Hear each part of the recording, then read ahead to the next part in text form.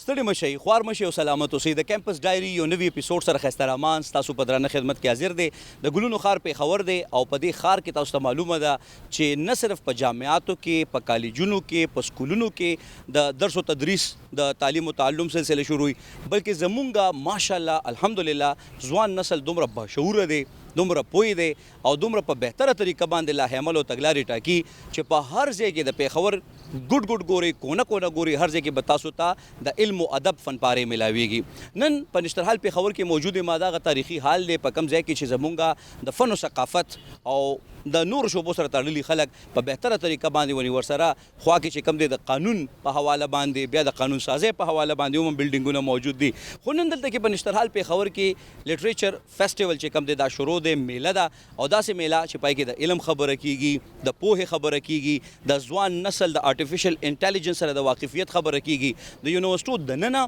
یا د یونیورسټو نه فارغ التحصیل طلبه او طالبات لګیا دي په بهتره طریقه باندې خپل عملی ژوند آغاز کوي او هغه ژوند کې هغې ته یو تګلاره ملاویږي چې څومره په بهتره طریقه باندې د خپلو مشرانو سره هغه خلکو سره هغه پوهانو سره چې هغې د علم او ادب په دنیا کې او په پریکټیکل ژوند کې مختلف اچیومنټس چې کوم دی هغه ترلاسه کړي دي دغه هدفونو ترلاسه کولو دپاره هغې خپله تجربه دلته کې د دې ځوانانو او پیغلو سره شیر کوي دا وخت ما سره هم د پېښور ښکلا څنګه چې تاسو ته معلومه ده چې دا ځوانان دي دا پیغلې دي ما سره موجودې دي دوی سره به خبرې اترې کوو او کوشش به دا کوو چې نن د دې فیسټیول متعلق نه صرف د دوی سره بلکې دلته کې راغلي د ځوان کول سره په ډیټیل کې خبرې وکړو او نن زموږ دا پروګرام ډېر زیات خوندور به وي او زه وایم چې تاسو را سره تر اخره پورې پاتې شئ چې د لټریچر فیسټیول متعلق تاسو آګاهي ترلاسه کوئ او ورسره داسې قسم له میلې داسې قسم له فیسټیول څومره ضروري دي تاسو را سره خپل تعارف وکړئ ستاسو نوم څه دی کومې علاقې سره تعلق ساتئ او نن چې کوم دا لټریچر فیسټیول را جوړ شوی دی نو د دې بنیادی مقاصد او اغراض څه دي جی السلام علیکم میرا نام لیزا ہمایون ہے میں پشاور سے ہوں پشاور لٹریری فیسٹیول سیزن 3 ہو رہا ہے اس بار اینڈ مجھے ایسا لگتا ہے کہ پشاور میں ایسے ایونٹس بہت کم ہوتے ہیں یہ ہونے چاہیے بیکاز ہم اپنے آج کل کی ڈیلی لائف میں اتنا بزی ہوتے ہیں کہ ہم لوگ اپنی جو بیسک چیزیں ہیں ان کے اوپر ایون فوکس نہیں کرتے تو یہاں پر آ کے جب ہم اسپیکرس کو سنتے ہیں ہمیں سمجھ آتی ہے ایون اسکول گوئنگ کڈس کے لیے جس طرح آج ہم شروع میں آئے تو یہاں پہ پرفارمنسز ہوئی وہ بہت اچھی تھی پشاور میں ایسا ہونا چاہیے سو آئی گیس اٹس سم تھنگ ریئلی گڈ اور یہ بار بار ہونا چاہیے اور اس کے کافی سیزنز آنے چاہیے اینڈ اس کے جو جیسے کہ بھی آپ نے خود بھی بتایا آرٹیفیشیل انٹیلیجنس اور ان سب کے اوپر اس بار بات ہوئی تھی بیکاز یہ ایسی چیز ہے جو آج کل بہت زیادہ ہو رہی ہے اور ابھی جس طرح اندر ہم نے ایک سیشن بھی لیا تو اس میں یہی اس بارے میں بات بتائی جا رہی تھی کہ آج کل بچے جو ہیں وہ سیل فونس میں زیادہ ہیں اور وہ ان کی جو اپنی کریٹیوٹی ہے یا اپنا مائنڈ ہے وہ اس کو فوکس نہیں کر رہے تو اس سے ان کو بتایا گیا کہ آپ کس طرح کام کریں بالکل صحیح اور یہاں پہ نوجوانوں کے آنے کا جو رجحان ہے وہ کس حد تک ہے اور آپ کیا سمجھتی ہیں کہ نوجوان اس طرح کے فیسٹیولز میں کتنا حصہ لے رہے ہیں پشاور کے اور دیگر پاکستان یا خیبر پختونخوا کے مختلف علاقوں کی یوتھ یہاں پہ آئی ہوئی ہیں آج مجھے یہاں پہ دیکھ کے بہت اچھا لگا کہ مطلب زیادہ اسکول کے بچے آئے ہوئے تھے اینڈ وہ جس طرح سے انٹرسٹ شو کر رہے تھے کافی بچوں نے اپنی پرفارمنسز بھی کہیں اور یہاں پہ سائڈ بائی سائڈ ہو رہے تھے جیسے کہ اسکول والے بچے مین ہال میں بیٹھے تھے اور باقی جو تھے وہ دوسرے ہالس میں بیٹھے تھے اور ان کے وہاں پہ سیشنز ہو رہے تھے پینل ٹاکس ہو رہے تھے سو آئی گیس یہ بہت اچھی چیز ہے اور یہاں پہ جس طرح مجھے بہت خوشی ہوئی ہے دیکھے کہ بچے بڑے خوش آ رہے تھے اور وہ اس میں پارٹیسپیٹ بھی کر رہے تھے تو اٹس سم تھنگ ویری بہت شکریہ تھینک یو سو مچ او یقینا چې دا ډېره ښکلې خبرې دي کې یو طرف ته د نور چونکې سلسله تیزه ده نو ظاهره خبره د هغې سره به چلیږو تاسو را نږدې شئ او خپل تعارف را سره وکړئ نوم هم څه دی کومې علاقې سره تعلق ساتي کوم لینګویج کې چې تاسو جواب ورکول غواړئ ایزیلی ویلی شئ جی زمان نوم ماریا سمین راز دی او بیسیکلی زه د باجوړ له تعلق لرم دلته کې آئم سائنس نرسری کوم اینڈ دی ایونٹ کی آئی ایم ورکنگ ایز اے والنٹیئر فار دا سیکنڈ ٹائم اور اس کے جتنے بھی سیشنز ہوں گے وہ بہت انٹرسٹنگ ہوتے ہیں اور اس بار بھی انشاءاللہ یہ بہت انٹرسٹنگ جائے گا اور جتنا ہم ایکسپیکٹ کرتے کہ مطلب پارٹیسپینٹ نہیں آئیں گے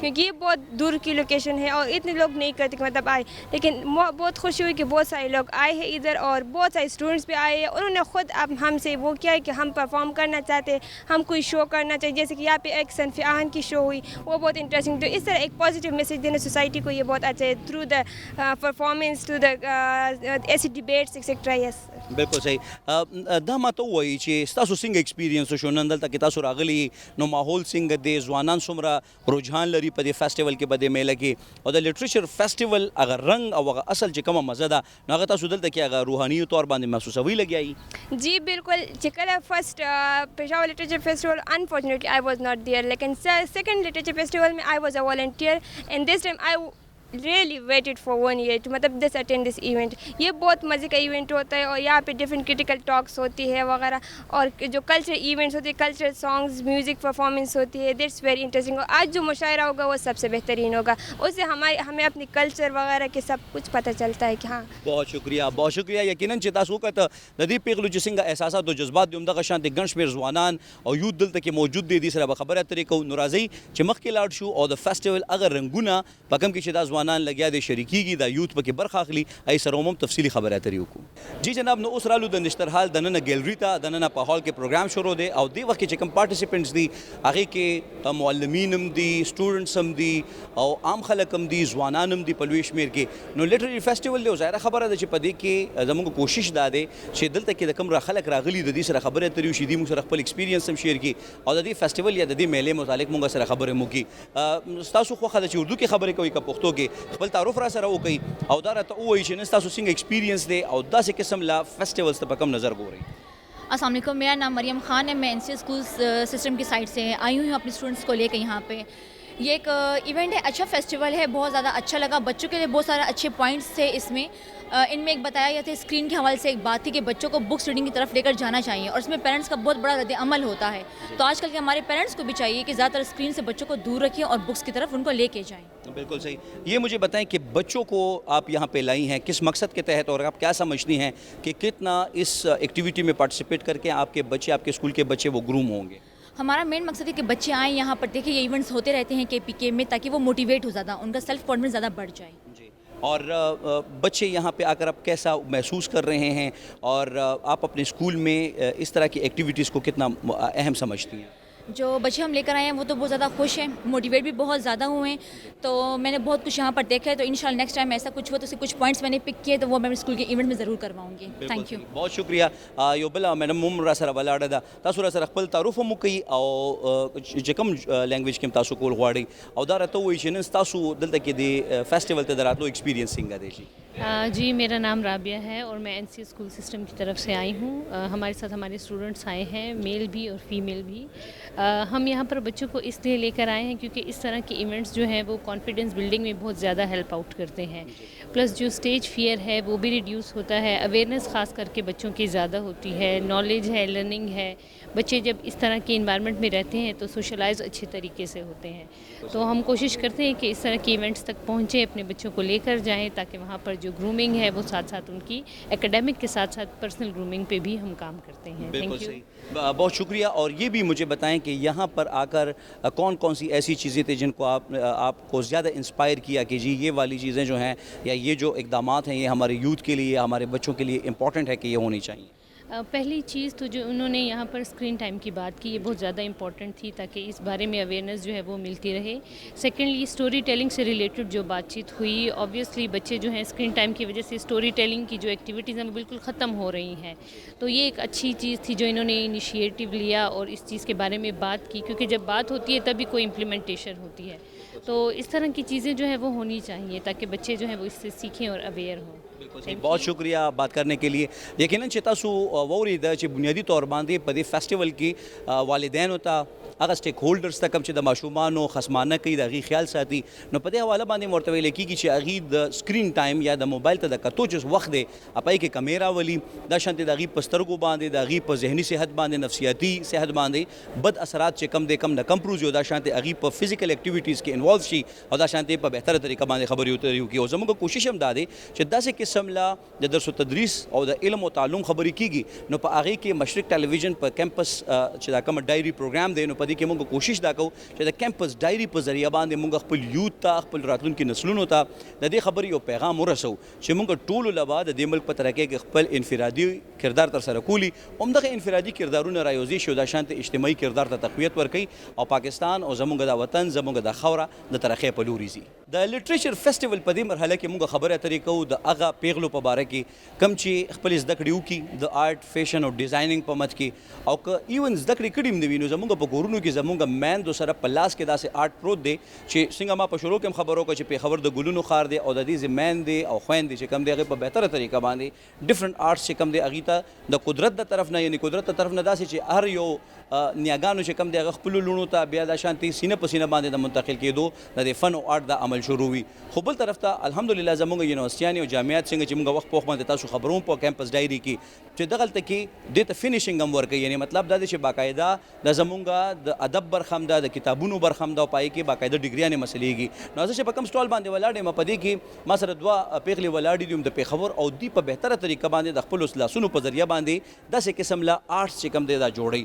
نو دا ډېر خوندور او زبردست ګلونه دي او جنکۍ چې کوم دی د خپلو ویښتو د سمبالښت دپاره چې کوم هغه څیز استعمالوي یا چې کوم د دې دپاره یو آله ده نو دوی د باندې د ګلونه لګوي او دا شانتې نه صرف هغه د ویښتو د سمبالښت ذریعه وګرځي بلکې ورسره د هغې په ښکلا کې هم څو چنده اضافه وکړي. او دا واړه واړه ګلونه دا بیسیکلی د دې په زړه کې دننه د آرټ چې کوم یا د دې په مزغو کې دننه چې کوم د آرټ علم پروت دی هغې ته عملي شکل ورکول. دې سره خبرې اترې هم کوو.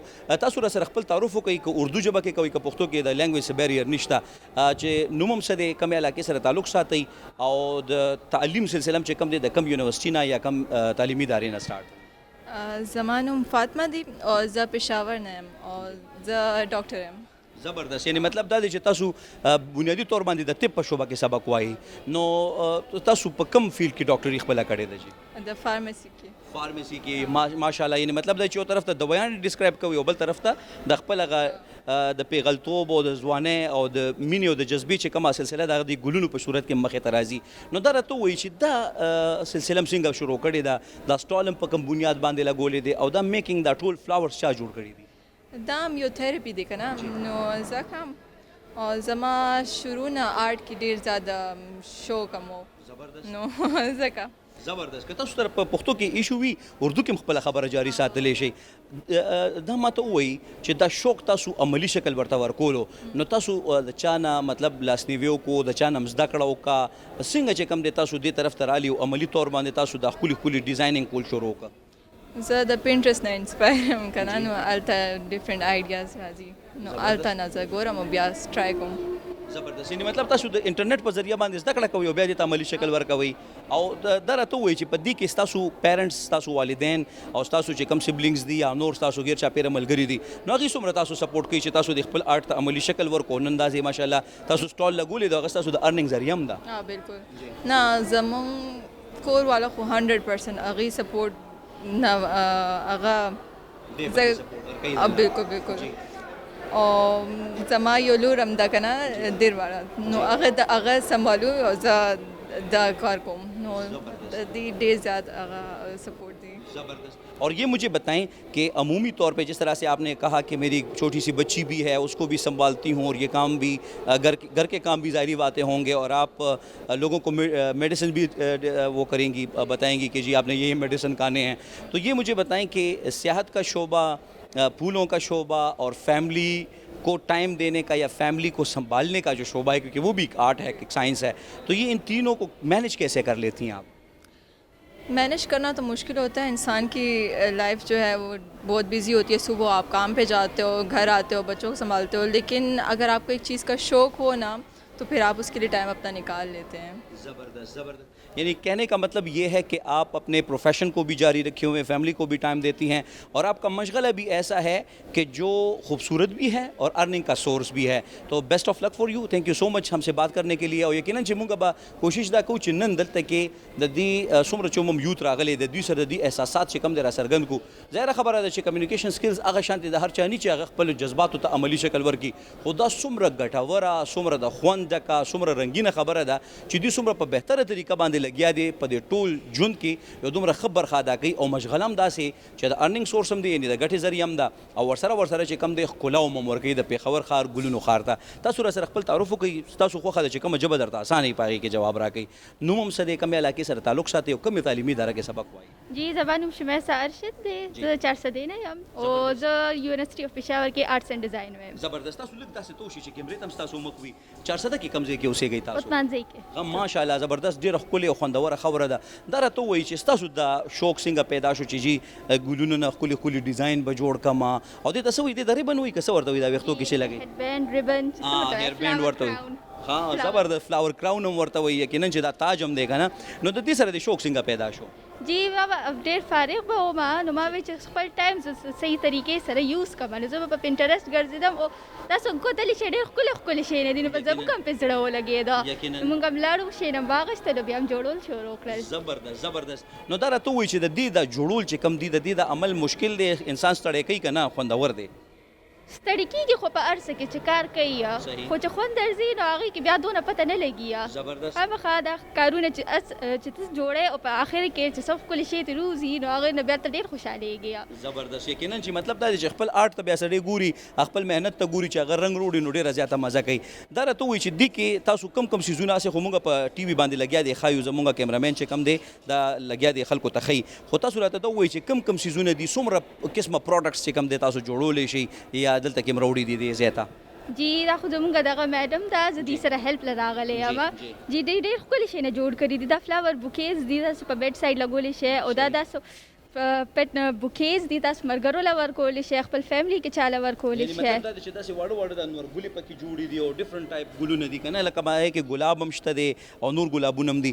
نو دا راته ووایي چې دا د څه نه جوړېږي دا را میټیریل دا څه شی دی بیسیکلي؟ دې ته پایپ سټراز وایي او د آی نه جوړېږي او دا پکې ریبنز بیا په آخر کې یوز کېږي. صحیح. یعنی مطلب مونږ چې اسه ته پلاستیکي نچې وایو او ورسره چې کم دی د ډفرنټ چې کم ویښتو کې ریبنز اچولی کېږي نو هغې نه دا ګلونه جوړېږي. څومره زبردست او بهترین کار دی. نو تاسو نن په دې فیسټیول کې ستاسو په سټال باندې د خلکو دلچسپي وه د ځوانانو او څومره حده پورې خریداري وشوه لږه ډېره وشوه که نه؟ جی سم ډېر خلک دي سپیشلی دا ینګ خلک چې دي هغې ته سپیشلی دا ګرلز چې دي دا چې څه شي خوښ شي هغې راشي او بیا ځان له والي ما ته ظالم دي غشتی دی شامان. صحیح زبردست. ډېره مهرباني مونږ ته د وخت راکولو. یقینا چې دا څنګه چې ما وویلې چې بنیادي طور باندې خپله مشغله یو داسې کار نه جوړول چې هغه دومره خوندوره وي بهترینه وي او هغه د ګټې ذریعه هم وي نو دا احساس د ذمهوارو خلکو په ذهن کې وي. او څنګه چې ما دا خبر وکړه چې د والدینو نه سینه په سینه باندې دا علم یا دا سلسله چې کوم دی منتقل کېږي او دا ډېره خوندور او ښه ذریعه وي. یو دمه باخلو هغې نه پس واپس راځو مونږ سره اوسئ.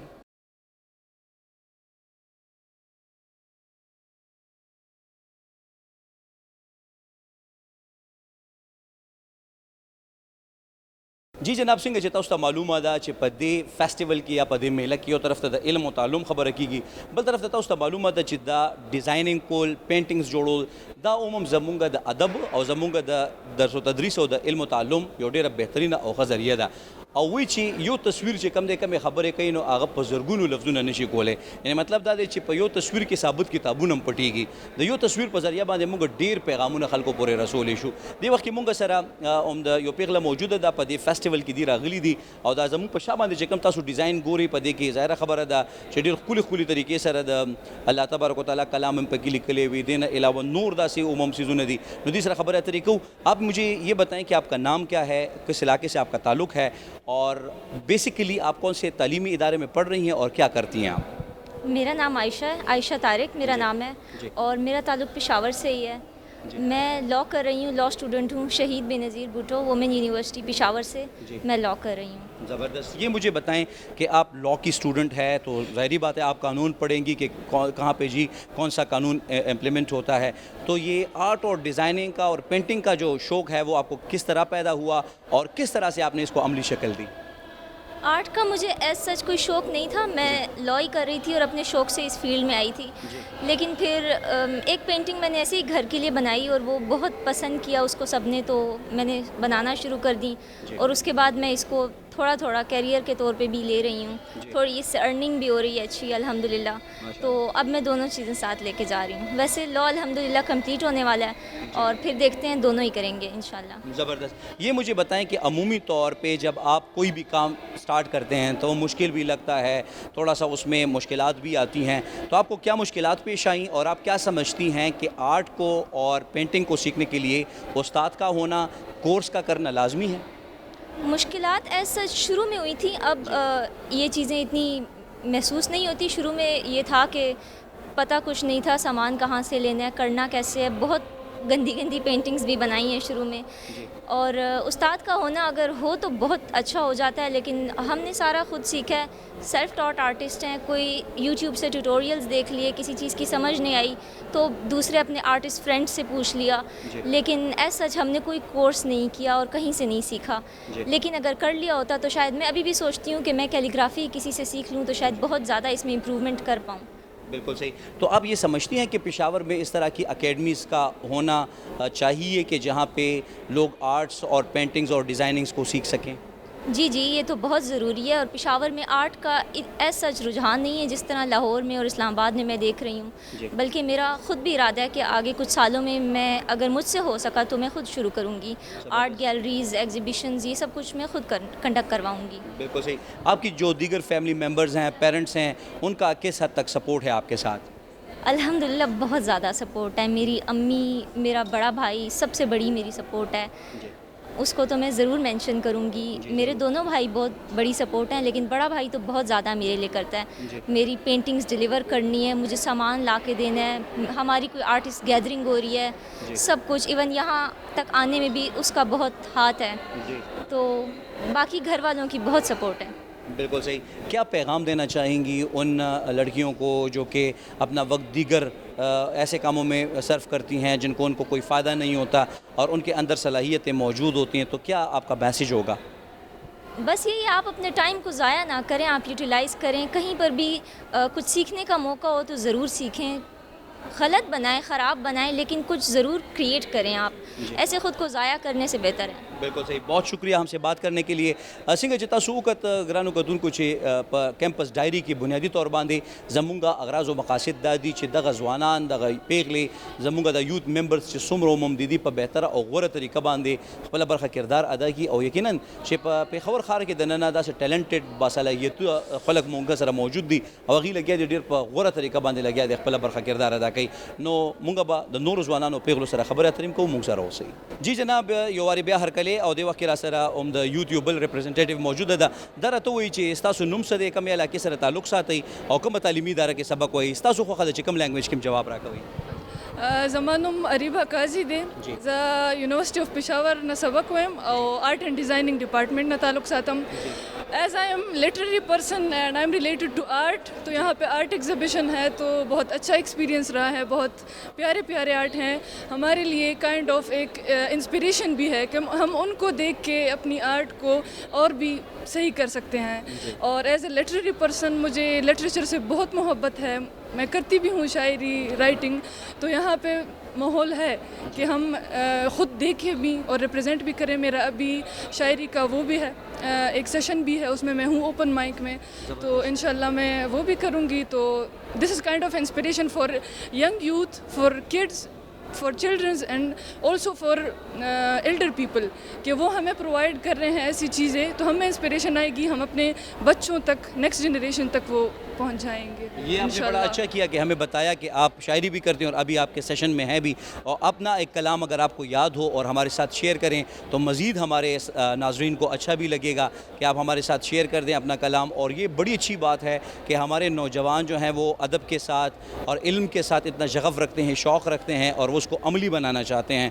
نو زموږ کوشش هم دی چې داسې قسم له پیغلو سره, ځوانانو سره چې هغوی یو ښه بهترین ویژن لري, یو ښه سوچ لري او ښه اهداف یې ځان ته په ژوند کې ایښي, نو تاسو را سره خپل کلام شریک کړئ نو ډېر خوندور وي. میرا تو اتنا ایکسپیرینس ہے نہیں, لیکن بس ایک ٹوٹا پھوٹا سا ہے. اسی طرح سے آغاز ہوتا ہے اور پھر انجام بہت بڑے پیمانے پہ ہوتا ہے. جی ایک غزل ہے, جی. خساروں کو جمع کر کے نتیجہ یہ ہی نکلا ہے, خساروں کو جمع کر کے نتیجہ یہ ہی نکلا ہے, محبت پھر نہیں ہوگی, محبت پھر نہیں ہوگی, یہ قصہ ہے خساروں کا, یہ سب جتنے روایت ہے یہ سب جھوٹے فسانے ہیں. وہ وعدے یاد ہے اب بھی جو سچ لگتے تھے کل ہم کو, وہ وعدے یاد ہے اب بھی جو سچ لگتے تھے کل ہم کو, یہ لفظوں کے محل سارے فقط سوچوں کے خاکے ہیں. نہ کوئی ساتھ چلتا ہے نہ کوئی زخم برتا ہے, نہ کوئی ساتھ چلتا ہے نہ کوئی زخم برتا ہے, یہ رشتے بھی زمانے کے عجب مطلب کے مارے ہیں. ہمیں اب عشق سے کیا کام, ہمیں اب عشق سے کیا کام, یہ سودا ہے ہی گاٹے کا, وہی غزلوں میں جیتتے ہیں یہاں پر جو بھی ہارے ہیں. تو اٹ واز کائنڈ آف کہ اس میں لاس بھی کے بارے میں بھی ہے, لو کے بارے میں بھی ہے, اور ان چیزوں کے بارے میں بھی ہے کہ ایک شاعر اپنی شاعری میں کیسے خود کو ایز اے ہیرو ریپرزینٹ کرتا ہے. تو دس واز آل. یہ مجھے بتائیں, عمومی طور پہ شاعری کے حوالے سے بتایا جاتا ہے کہ یہ ایک کائنڈ آف الہام ہوتا ہے کہ اللہ تعالیٰ آپ کو ودیت کرتا ہے, اللہ تعالیٰ کی طرف سے آپ کے ذہن میں ایک بات آتی ہے اور شاعر اپنے معاشرے کو دیکھ کے اس کے مطابق قافیہ اور ردیف بنا کے اس کو عملی جامہ پہناتا ہے, اور اس کے لیے یہ بھی لازمی ہے کہ جب آپ جو بھی آپ کے ذہن میں شاعری آتی ہے, بات آتی ہے, تو اس کو صحیح شکل دینے کے لیے, اس میں وزن اور بحر بنانے کے لیے, اور خاص طور پہ کافی اور ردیف صحیح کرنے کے لیے استاد کی ضرورت ہوتی ہے. تو آپ بھی کسی سے سیکھتی ہیں کہ نہیں, فی الحال آپ کا مرحلہ یہی ہے کہ آپ کے ذہن میں جو آیا آپ نے لکھ ڈالا اور آپ نے کسی محفل میں سنا دیا؟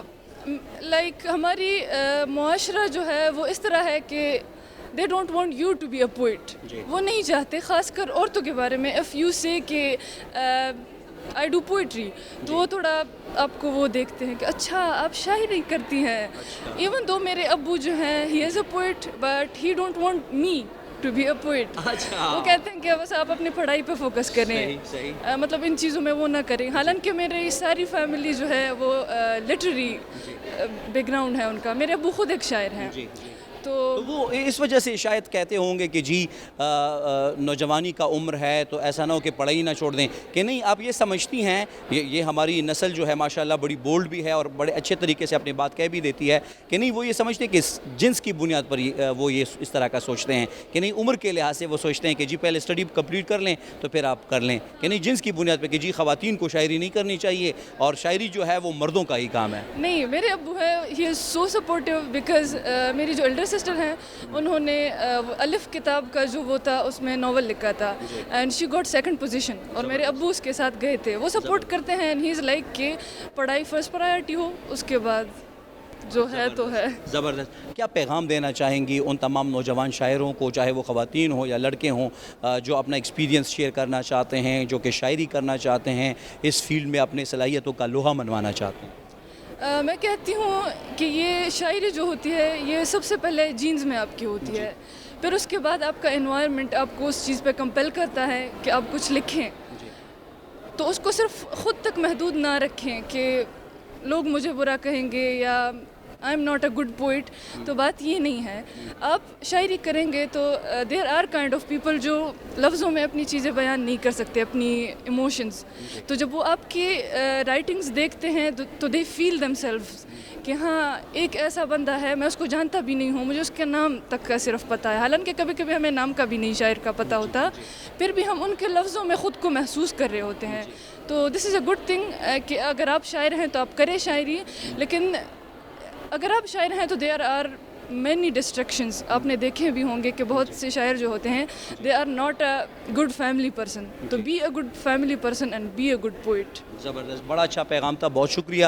اور یقیناً چې بنیادی طور باندې خبره دا ده چې څنګه دیو ویلې چې اول چې کوم دی یو ښه انسان او د خپلې کورنۍ دپاره یو تکړه فرد جوړېدل دي, او هغې نه پس بیا دغه سلسله انسان مخکې پیل کي, پای کې که خپل پروفیشن دی, که خپله مشغله ده, هغه مونږ په بهتره طریقه باندې مخ په وړاندې بوتلی شو. جی جناب, څنګه چې تاسو ته معلومه ده چې پیغلو مونږ سره په لوی شمېر کې خبرې وکړو, ځوانان هم را سره موجود دي او د مختلفو یونیورسټونو دلته کې چونکې یوت راغلی دی او هغې لګیا دی خپل ایکسپیرینس گین کوي هم او ایکسپیرینس یا تجربه شیر کوي هم. ځوان را سره ولاړ دی, تاسو را سره خپل تعارف وکړئ, نوم هم څه دی, د کومې علاقې سره تعلق ساتي او په کومه تعلیمي اداره کې سبق وایي؟ زما نوم حمزه حبیب دی, زه چرسدي سره تعلق ساتم او د ایګریکلچر یونیورسيټي پېښور سټوډنټ یم. زبردست. دا راته ووایي چې تاسو دلته کې راغلي دي لټرري فیسټیول ته, نو څومره ښه در باندې لګي, څه ایکسپیرینس هم وشو او تاسو څه ګڼئ چې په دې کې څه داسې د زده کړې مراحلو چې تاسو پکې زده کوئ او څومره ښه درته لګي دا؟ بالکل, دلته کې موږ ډېر زیات هر څه زده کړل. دلته کې زه ایز ا ارګنایزر سره کوم, خو دلته کې چې مختلف کم ایونټس دي, کم ایکټیویټیز دي, هغه د غونډ یوت دپاره ډېر زیات هیلپفل دي. د دوی چې کوم موټیو دی ادب, کسب او جوان. ٹھیک شو, نن سبا زمونږ د غونډ نوجوان دا مطلب زمونږ دپاره دا پکار دي, یو خو موږ د خپل ادب, د خپل کلچر او د خپل روایاتو نه موږ ډېر زیات لرې شوي یو. نو چې داسې ټایپ ایونټس راځي, موږ ته پکې د خپل کلچر مطابق موږ ته پکې نالج او انفارمیشن ملاویږي, نو دا زمونږ دپاره ډېره زیاته غټه خبره ده او ډېره ښه موقع ده.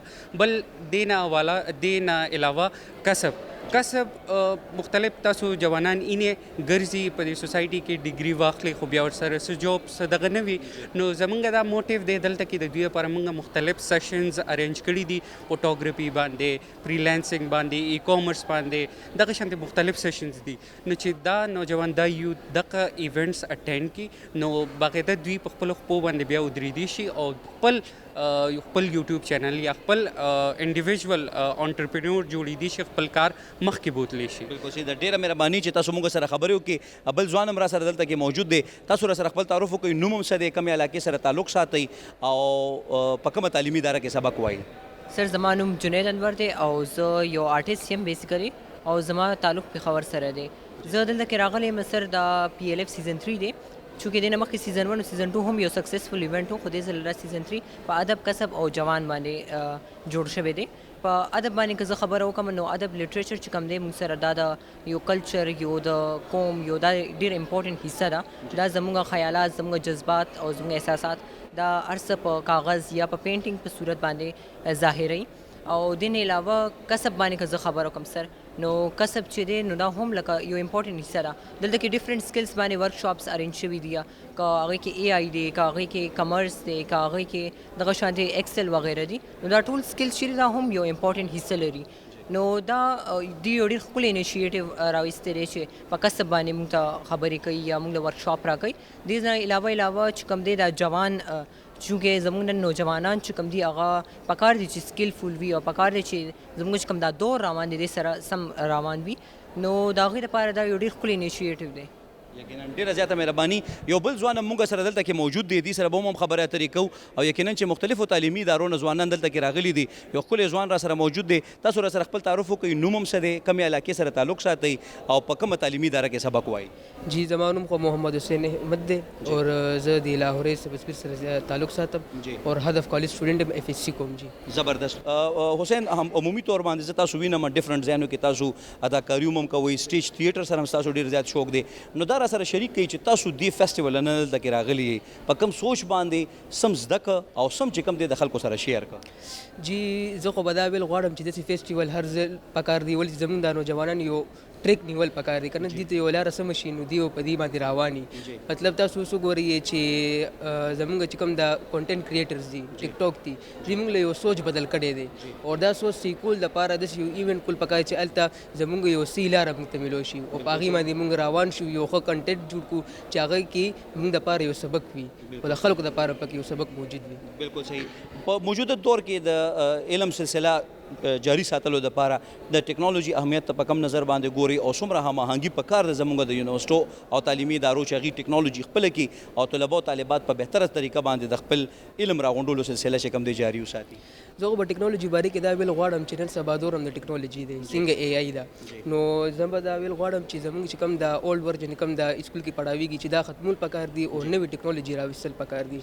مطلب چې هر لرنینګ مونږ په لیپټاپ باندې کوو یا داسې یو ویب سایټ جوړول پکار چې د لپاره مونږ لرنینګ کول اسان وي. مطلب اوس هغه نوټس او هغه بک هغه ورجن ټول اولډ شوی دی نو چې بهر ملکونو کې مونږ ګورو هلته ټیکنالوژي زیاته ده ځکه تعلیم سلسله هم زیاته راواره ده او پاکستان په دې کې لږ شاته پاتې شوی. زه به دا ویل غواړم چې زموږ په هر یونیورسټو کې لږ ټیکنالوژي زیاتول پکار دي فنډینګ کول ورته پکار دي دا بیا ډېره ښه وي موږ لپاره. یقینا ډېره زیاته مهرباني موږ سره د خبرو کولو. یو دمه به اخلو او هغې نه پس به بیا واپس راځو او همدغه سلسله به په نن لټرري فیسټیول کې جاري ساتو.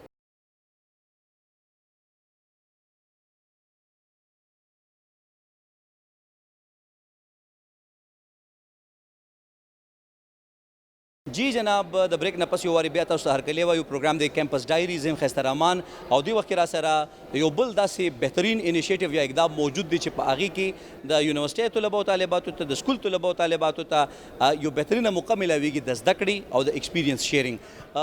تاسو را سره خپل تعارف وکړئ. اردو میں اگر آپ بتانا چاہتے ہیں اپنا نام بتائیں, کون سے علاقے سے آپ کا تعلق ہے, اور آپ نے یہ جو اسٹال لگایا ہوا ہے اس کے بنیادی مقاصد کیا ہیں؟ السلام علیکم, میرا نام سید منم ہے, میں لاہور سے ہوں اینڈ ٹوڈے آئی ایم ریپرزینٹنگ بیکن ہاؤس نیشنل یونیورسٹیز.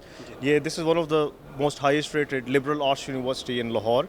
تو یہ ہمارا مین فوکس پروجیکٹس جو ہے وہ ویژول آرٹس اینڈ ڈیزائن, کمیونیکیشن, لیکن ہم اور پروگرامس بھی آفر کرتے ہیں جیسے کمپیوٹر سائنس ہو گیا وتھ اسپیشلائزیشن ان آرٹیفیشیل انٹیلیجنس اینڈ ادر اسٹاف. تو اس میں ہماری ناٹ فار پروفٹ یونیورسٹی ہے تو ہم کافی زیادہ اسکالرشپس بھی آفر کرتے ہیں.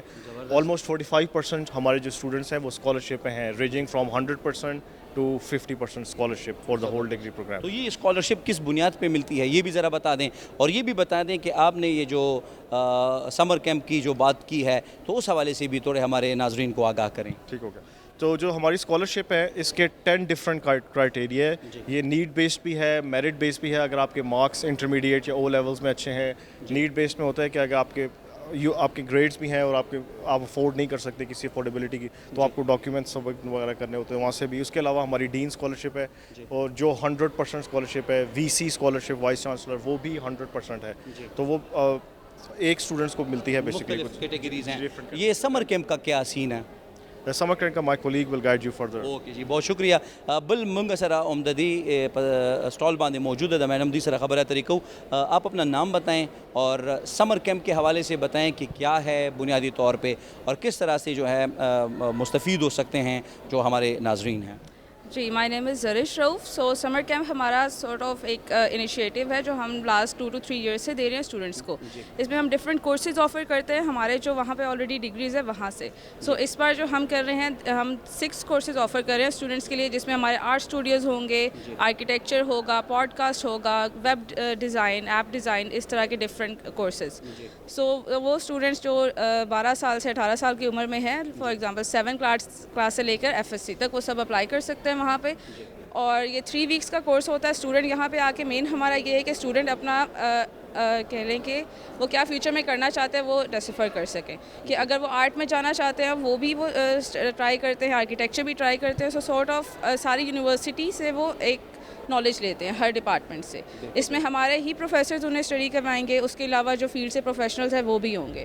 اس میں ہمارے پاس لاہور سے بھی اسٹوڈنٹس آتے ہیں, باہر سے بھی اسٹوڈنٹس آتے ہیں, ڈفرینٹ کیٹیگریز ہوتی ہیں. صحیح. اور اس کے لیے بنیادی طور پہ کرائٹیریا کیا ہے اور اس کی چارجز وہ کتنی ہوتی ہیں؟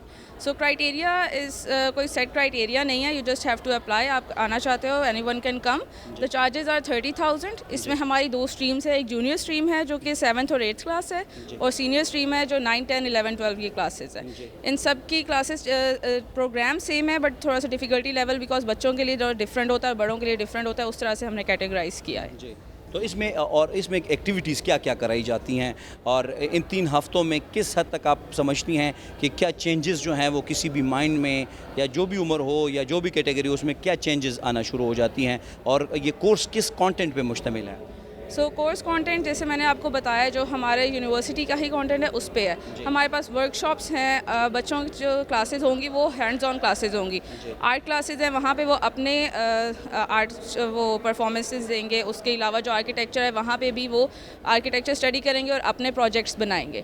پوڈ کاسٹ کریشن ہمارا ایک کورس ہے جہاں پہ اسٹوڈنٹس پوڈ کاسٹ بنانا لرن کریں گے, اور اینڈ پہ ان کا میجر پروجیکٹ یہی ہوگا کہ انہوں نے ایک آرٹ پروجیکٹ بنانا ہے. اینڈ پہ اسٹوڈنٹس کو سرٹیفکیٹ بھی ملتا ہے فار آل آف دس. اس کے علاوہ ہم ڈفرینٹ سوشلز بھی پرووائڈ کر رہے ہیں اسٹوڈنٹس کے لیے ٹو ہیو سم فن.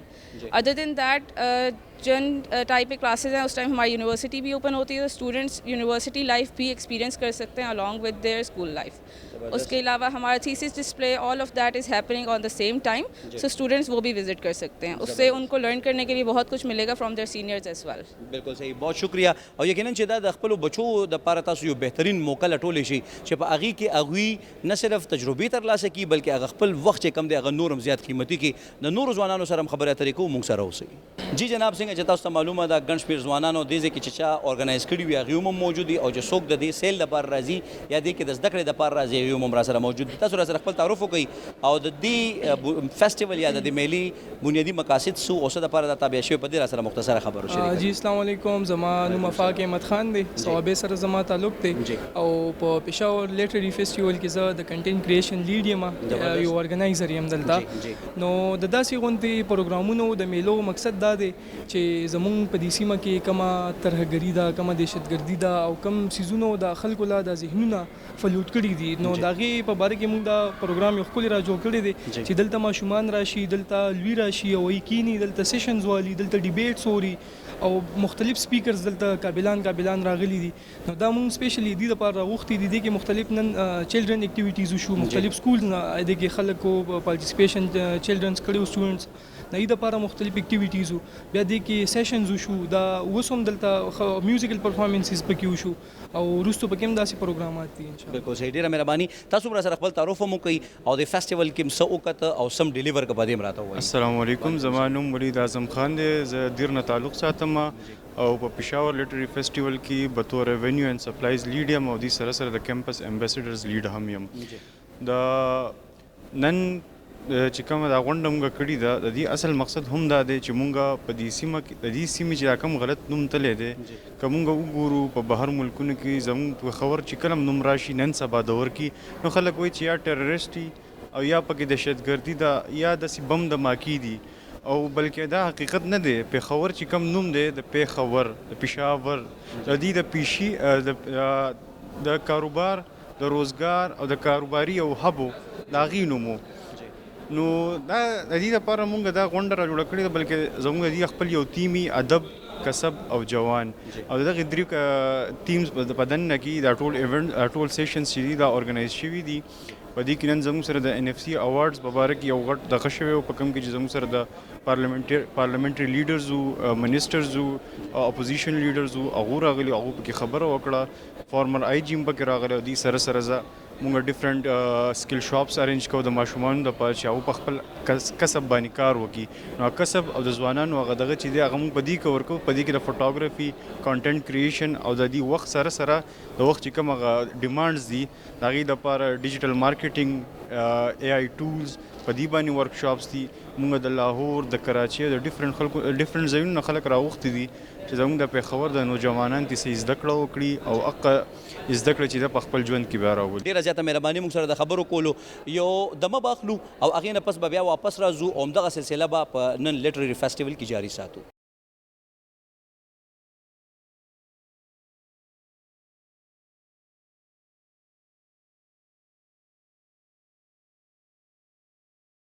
جی کتونکو د مینه پس یو وارې بیا هرکلی نور ځوانان را سره موجود دي او دوی سره خبرې اترې کوو. تاسو را سره خپل نوم شریک کوي, د کومې علاقې سره تعلق ساتئ او کومه تعلیمي اداره کې سبق وایي؟ زما نوم حمزه خان دی او زه پېښور سره تعلق ساتم. زه ګورنمنټ سپیریئر ساینس کالج کې یم. زبردست. دا راته ووایي چې ګورنمنټ سپیریئر ساینس کالج کې خو ماشاءالله ډېر زبردست اکټیویټیز کېږي, سپورټس اکټیویټیز هم وي.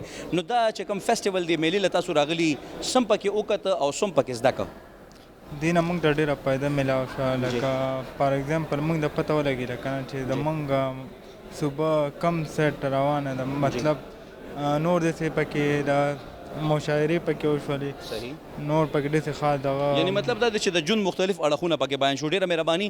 تاسو را سره خپل تعارف وکړئ, نوم هم څه دی, کومې علاقې سره تعلق ساتئ او کومه تعلیمي اداره کې سبق وایي؟ بسم الله الرحمن الرحیم. زما نوم سوراب دی او بیسیکلي صوابۍ سره تعلق ساتم او دلته کې پېښور کې پاکستان ایجوکیشن فاونډیشن کالج کې کوم نه سیکنډ ایئر سټوډنټ یم. بالکل صحیح. دا راته ووایي چې د فیسټیول رالي څه دې زده کړه او څه دې وښوده؟ دلته خو جي مونږ ډېر چې کوم دی نه زده کړه مو وکړه بلکې انجوای مو وکړه. انجوای سره سره چې کوم دی مونږ ډېر زده کړه. دلته مختلف سټال لګېدلي, بکس پراته دي او خپل د پښتنو کلچر هم پکې ډیلیور هم کو. زبردست. یعنی مطلب دا دی چې تاسو په خپل باندې خپل عموم چې کم دی خپل ځان په ذریعہ باندې رالي او دلته کې هم شرکت وکړو او ورسره چې کم دی د خلکو نه زده کړه وکړه چې څنګه پښتانه کم ثقافت او کم کلچر لري او څومره ښکلا لري. ډېره مهرباني. تاسو را سره خپل تعارف وکړئ او دا راته ووایي چې دا لټرري فیسټیول طرف ته تاسو رالئ نو سم پکې وکړه او څه ایکسپیرینس هم وشو؟ جی زما نوم وهاب دی او زه خپل میډیا سټوډنټ یم, ماس کمیونیکیشن اقرا یونیورسټۍ نه کوم. ډېر ښه فیسټیول دی او د کرنګي فیسټیول منعقد کول پکار دي چې د قشنته ځوانان سپیشلی دي کې ما دا نوٹ کړل چې کوم زموږ فیمیلز دي نو هغه ډېر مخې ته راځي دي غونډې ایونټس کې. نو ډېر خراب باندې ولګېدو, دلته وزټ وکړو مونږ, دلته سټوري ماته ډېره ښه سټوریانې ماته ملو شوې, بک سټال لګېدلي دي او بکس باندې د پښتنو کم رش مونږ ولیدو. نو دې نه دا اندازه کېږي چې پښتانه چې کم دي هغه اوس هم د ډیجیټل دور کې خپل بکس سره او خپل کلچر سره ډېره مینه کوي. بالکل صحیح. د ځوانان او سکلز تاسو څه ګڼئ چې چې دا څومره امپورټنس لري یو بل لپاره؟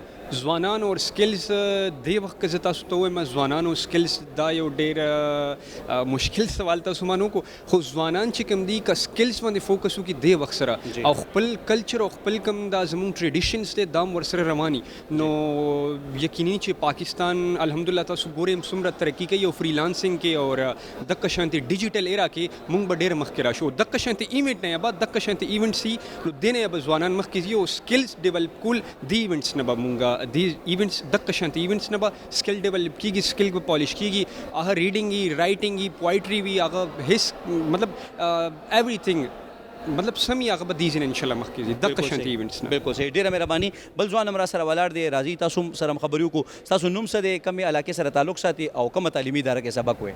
بسم الله الرحمن الرحیم زمانون طلحه او د صحابي سره تعلق ساتم او زه اس سی فیلډ کوم د پیک پېښور نه. زبردست دا راته چې دی فیسټیوال تاسو ثوابین راغلی نو سم پکې زده که او تاسو څه غنئ چې دا فیسټیوال څومره ضروری دی؟ دا فیسټیوال چې کوم دی دا ډېر ضروری دی او دلته مختلف سټالونه لګېدلي وقف فکیم دي بیګونه دي د هر یو اداره ول راغلي خپل هغه سټایل لګولې دي دا د موږ ډېر سیز ده.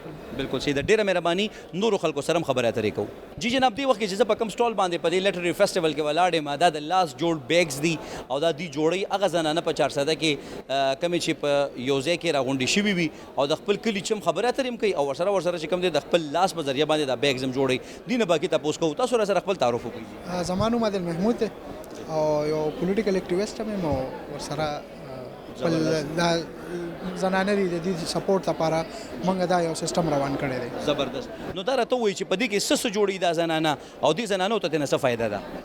اصل کې دا زنانه چې کوم دي نو دا بیگز جوړي هینډ بیگز شو د دې نه علاوه دا ټور بیگز شو لکه دا په لاسو باندې جوړیږي د دې نه علاوه موږ سره دوی کپړې ډیزاین کوي د کپړو ډیزاینینګ دا تاسو ګوره دا د دې خپل لکه مینوفیکچرینګ دی بیا دا چې کوم دی لکه دا زمونږ د انډیجنس چې کوم دغه دی سیزونه دي نو موږ کوشش کوو چې خپل زنانه په خپل کورونو کې دننه په روزګار دوی له څونه موقع ورکولی شو چې هغې دپاره موږ دا انیشیټیو اخیستی. بالکل صحیح ده ډېره زیاته مهرباني او یقینا چې زمونږ بنیادي مقصد هم دا دی چې هغه ټول خلک چې کوم لګیا دي د خپل مهنت په ذریعه باندې څه څیز جوړوي د هغې ثمرات عام ولس ته رسول غواړي نو چې دا جاري وي.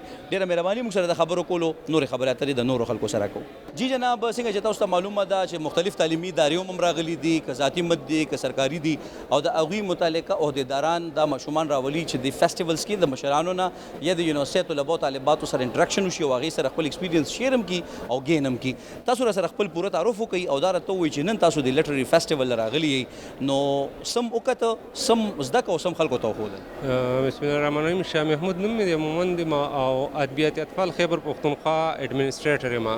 اصل کې زموږ د تنظیم او دوی کمباین پروګرام و دا نو زموږ چونکې ماشومان سره ریلیټډ یو ماشومان ادب سره ریلیټډ دا زموږ ارینج کړی ټول د ماشومانو چې کومه اکټیویټي نن ټوله ورځ دا موږ ارینج کړی وه او زموږ مین مقصد دا و چې ماشوم کتاب طرف ته راشي که ډیجیټل طرف ته راځي یوټیوب که ټیک ټاک هر طرف ته راځي خو چې زموږ په اقدار او ثقافت او په دې کې دننه او د اسلامي چې کوم دغه دی هغې ته راشي نو موږ دغې باندې کوشش کوو. په دې کې موږ کتابونه لیکلي دا کمباین موږ تنظیم دی تقریبا مور دین 60 موږ سره رایټران دي یو ګروپ دی په هغې کې موږ هر کال یو کتاب چاپ کوو. تیر کال موږ په بیان مرصوص په موضوع چاپ کړی دې کال کې موږ په ماحولیاتو حوالې سره چونکې د ماحول ډېر د ګندګۍ طرف ته روان دی نو په دې باندې موږ د ملک ټول رایټران موږ راغونډېږو. فلحال موږ د خیبر پښتونخوا راغونډېږو چې بیا موږ ته ضرورت راشي نو د نورو صوبو نه موږ رایټران کهانیانې واخلو د ماشومانو ادب او هغې کتاب چاپ کړو. نو دا ځل موږ ماحولیاتو ته خلې اپریل اینډ کې به موږ د دغه کتاب هم راشي د سټورینې برابرې دي او د ماشومانو د ادب دپاره لګي کوشش کوو. زبردست یقینا چې ډیره ښکلې خبره ده او ډیره مهرباني موږ سره د خبرو کولو مهرباني. نو بالکل جناب تاسو وکړه چې نن په دې لټري فیسټیوال کې موږ سره په لوی شمیر کې ځوانانو پیغلو خبرې وکړي او دا یوت چې څومره هم دلته کې موجود دی نو ډېر په بهتره طریقه باندې هغوی راغلي وو نه صرف خپل تجربات شیر کول بلکې د نورو نه د زده کړې چې کومه سلسله وه هغې هم پیل کړې وه. همدې سره د کیمپس ډایري وخت سرته رسي د خپل کیمرامین علي عباس سره ښایسته رحمان تاسو نه اجازت غواړي د الله په امان ښاد آباد او بریالي اوسئ په مخه او خوار مشئ.